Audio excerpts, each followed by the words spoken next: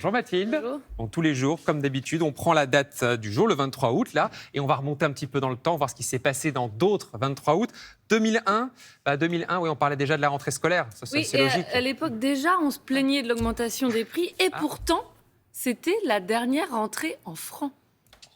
Cartable, cahier, classeur, la liste est longue et l'addition grimpe vite, plus 4% selon l'enquête de la Confédération syndicale des familles. Une hausse due essentiellement à l'augmentation du prix du papier. C'est petit moyen, petit budget. Plus ça va, plus c'est vrai que ça revient cher. Et là encore, j'ai pas eu la liste pour la rentrée du collège. Alors, vous voulez connaître les prix? Parce que j'ai Allez-y. retrouvé le tableau. En francs, donc. Alors, en 2001, en moyenne, on dépensait donc 976 francs Oh, très belle pour une infographie entrée en primaire. Ah bah ça date, hein, 21 ans de moins.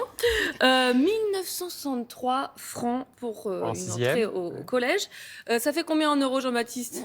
Sophia, À peu près Julien 1000 francs, c'était 150 €, je crois, à peu près. Voilà, C'est alors ça. on est sur voilà, c'est ça. ça. 150 € pour une entrée en primaire Pour la et un peu primaire. moins de 300 € pour la sixième. On va dire D'accord. ça comme ça. On va arrondir. Donc j'ai regardé aujourd'hui, on a augmenté dans les deux cas.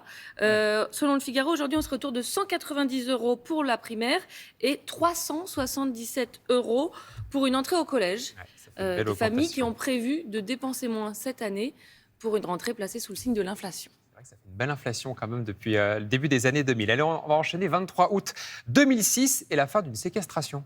Et un prénom prononcé en boucle ce soir-là à la télévision. C'est la dernière image de Natacha Kampusch, une photo de 1998, l'année de ses 10 ans, quand elle a disparu sur le chemin de l'école. Hier après-midi, des passants l'ont retrouvée errante dans un jardin de la banlieue de Vienne, pâle mais en bonne santé. Elle a aujourd'hui 18 ans. Son père, qui ne l'a toujours pas vue, n'ose pas y croire. Comment avez-vous vécu ces 8 dernières années?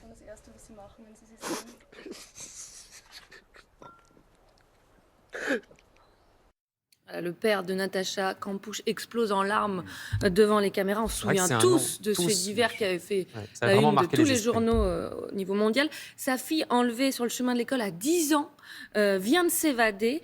Pendant 8 ans, elle a vécu dans cette cave de 5 mètres carrés près de Vienne, en Autriche. Son ravisseur lui se jette sous un train le jour même.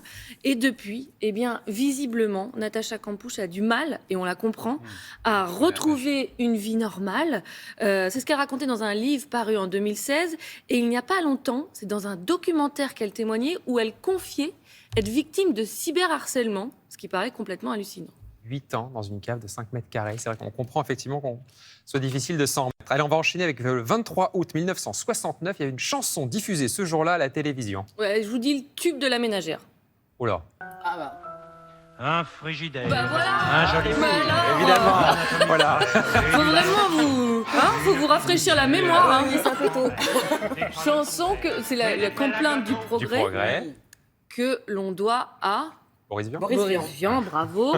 On Bravo révise Julien, les on voit classiques. ceux qui sont au taquet sur les classiques. Ouais. C'est en 1955 qu'il compose cette satire de la société de consommation.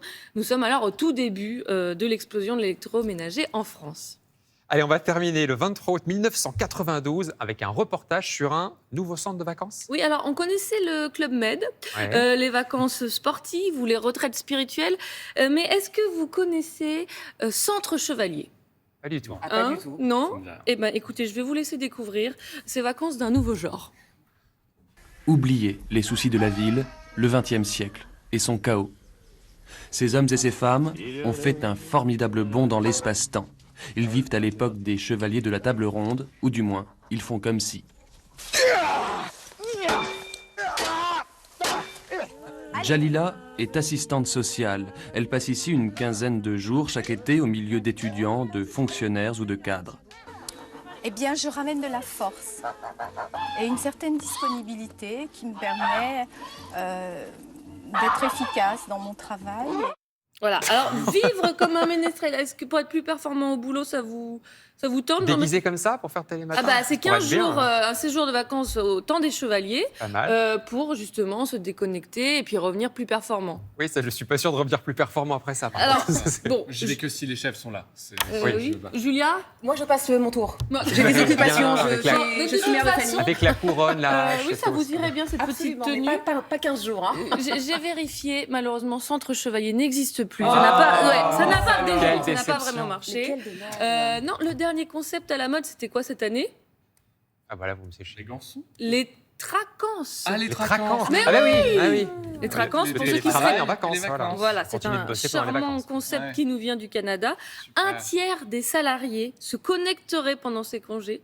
À choisir, moi je crois que je préfère encore jouer les troubadours. Et les ménestrels avec On coupe les mails, on coupe tout, c'est les vacances, on va sur la plage, on arrête. Oui, mais c'est bien de le rappeler aussi, effectivement, les vacances. Bon, c'est pas facile de déconnecter. Moi, j'ai toujours le portable quand même en permanence. On regarde les actualités quand on est Vous avez drogué. travaillé, vous, pendant vos vacances? Bah, on débranche pas beaucoup, en tout cas. On reste Et toujours un cet petit homme peu n'arrête connecté. Il n'arrête jamais. Bien sûr, c'est une C'est des machine. machines. Vous non plus, Julia. Allez, au revoir. Merci beaucoup, Mathilde, pour ce voyage dans le temps.